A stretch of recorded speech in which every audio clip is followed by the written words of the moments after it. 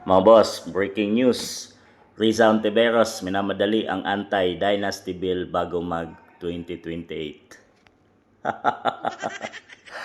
Ginagawa na ni Riza Ontiveros na multiple choice yung kanyang option mga boss no para sa kanyang pangarap na maging presidente ng bansang Pilipinas sa 2028 mga boss. At ang kinakatakutan niya ay isang kalaban, si BP Inday Sara.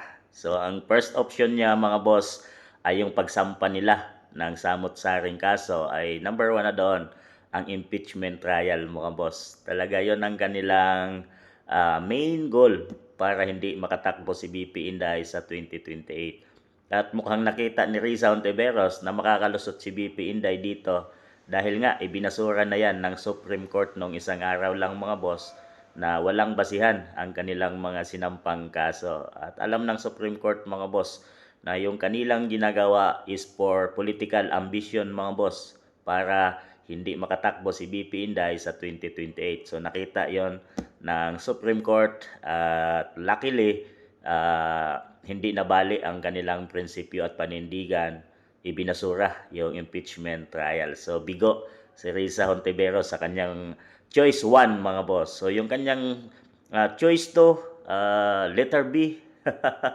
ay magsanib puwersa sila ng Pinklawan, Dilawan at ng administrasyon ni PBBM. So yun yung kanilang second choice at sinasabi niya na pag nagsama-sama sila ay magiging malakas yung kanilang line-up at yung kanyang pangarap na maging Pangulo ng ating bansang Pilipinas sa 2028. So nanghingi siya ng rescue mga boss mula sa administrasyon para sa isang tao at takot na takot talaga siya at alam niya na malakas talagang hatak ni BP Inday sa taong bayan. Ito, nagkukunyari na nagiging mabait. Ginagawa niya na lahat. Nasa Santo Niño na siya festival. So nagsuot siya ng uh, hijab dyan sa ulo para sa celebration ng mga Muslim. So ginagawa niya na lahat ng kaplastikan para sa pangarap niya na maging Pangulo ng Pilipinas 2028. So mukhang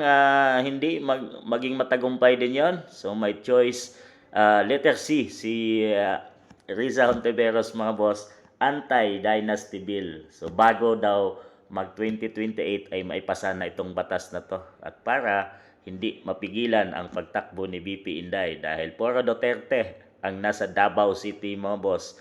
Pag anti-dynasty bill, so isa lang sa lahi ang pwedeng tumakbo. So mga boss, alam naman natin na buong Pilipinas ay kahit saang lugar ay magkakamag-anak ang humahawak mga boss no at pinagpapasa-pasahan na lang yan. Pag napasa yung batas na yan mga boss, marami ang mapipilay at marami din dyan sa Senado ang magkakapatid. May Tolpo dyan, may Cayetano, yung Marcos din mga boss. Si Aimee at saka yung Pangulo, mga boss. May anak pa siyang congressman at marami pang anak si Aimee Marcos na nasa politika. So hindi lang yan mga boss at marami pa nasa Congress. Talaga mga mayor, mga congressman, mga governor ay magkakamag-anak, rekto o asawa, mag-asawa o nasa Batangas. So maraming tatamaan dyan mga boss yung anti-dynasty bill.